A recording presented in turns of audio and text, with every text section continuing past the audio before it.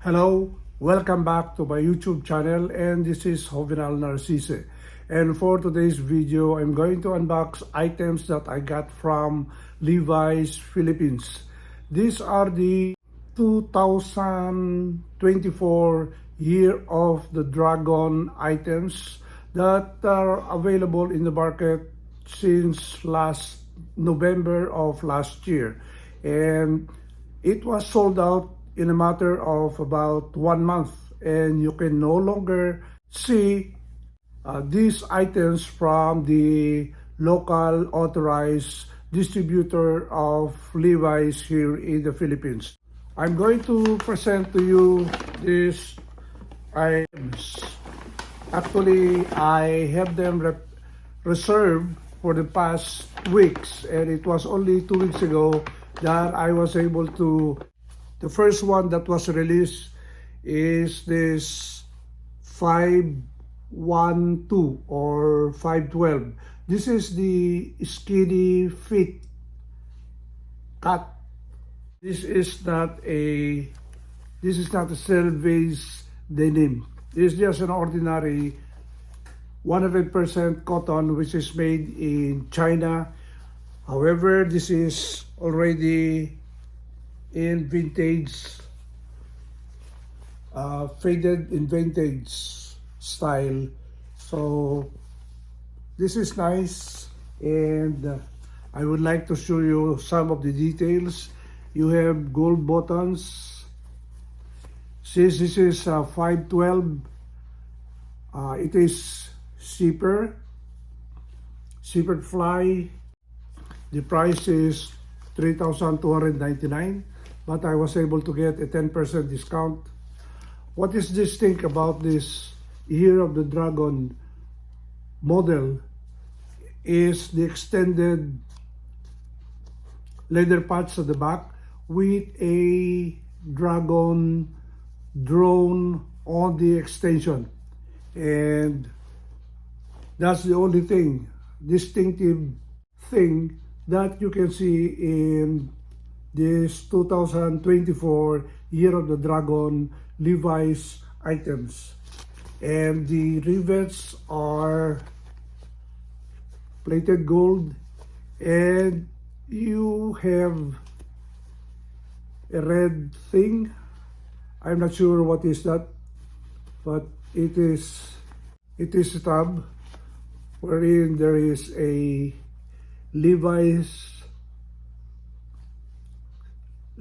inscription there. So just the same, this is a vintage faded,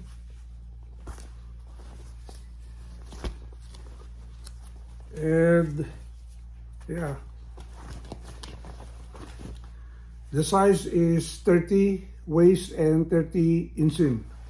Lately, I was able to get also this all black Year of the Dragon in 512 cut, and the size is 30.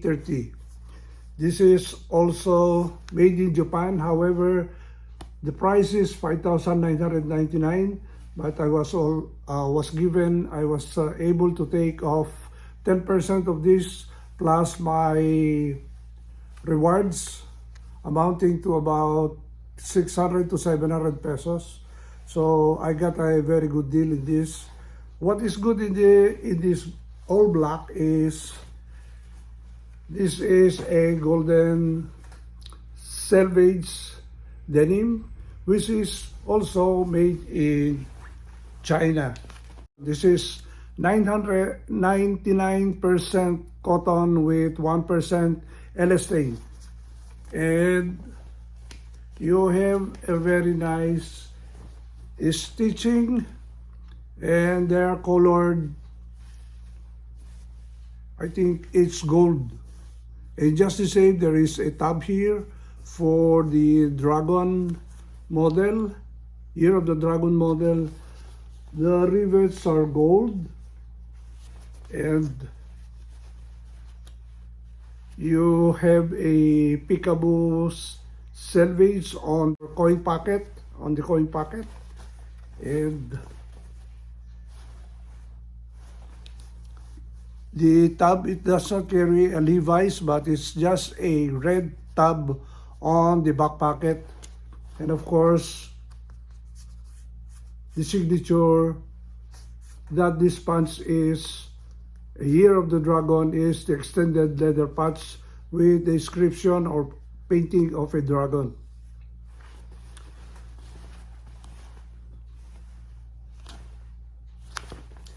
This is size waist 30 and the inseam is 30. In commemoration of the Year of the Dragon, I was able to get also a t-shirt, and this is extra small with a red patch. It's just a patch, embroidered patch, which is located at the left breast of the t-shirt. And at the bottom, you have a red tab also. So this is 100% cotton, and the price is almost 1,999, less 10%. I was able to score also for the past weeks, and since November, I was able to buy also t-shirts. This is a black t-shirt from Levi's. It has a Levi's in front and a big Levi's Batman logo at the back.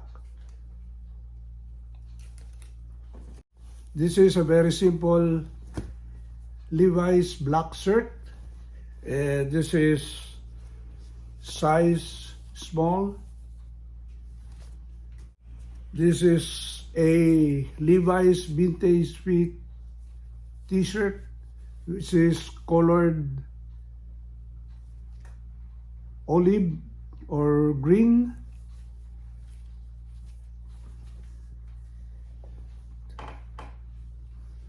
I tend to like olive colored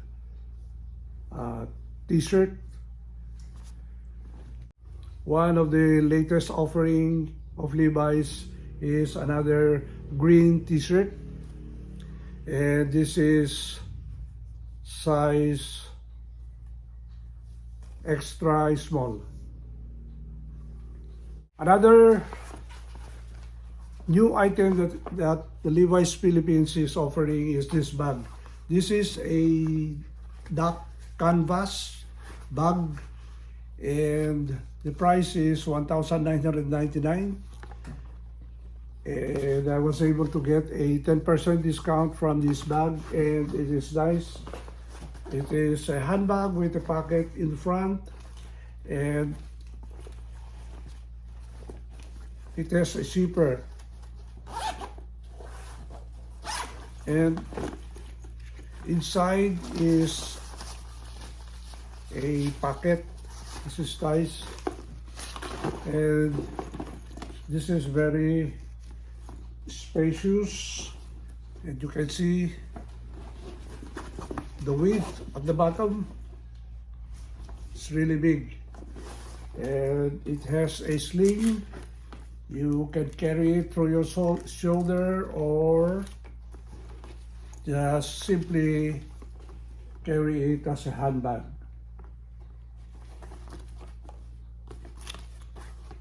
That's my latest haul from Levi's Philippines. Thank you for watching, and if you haven't subscribed to this channel, please subscribe. And if you have any comments, positive or negative, please write down below. And if you haven't clicked that notification bell, please do so that you can be informed of my latest video contents on this YouTube channel. Thank you for watching, and have a good day. Bye.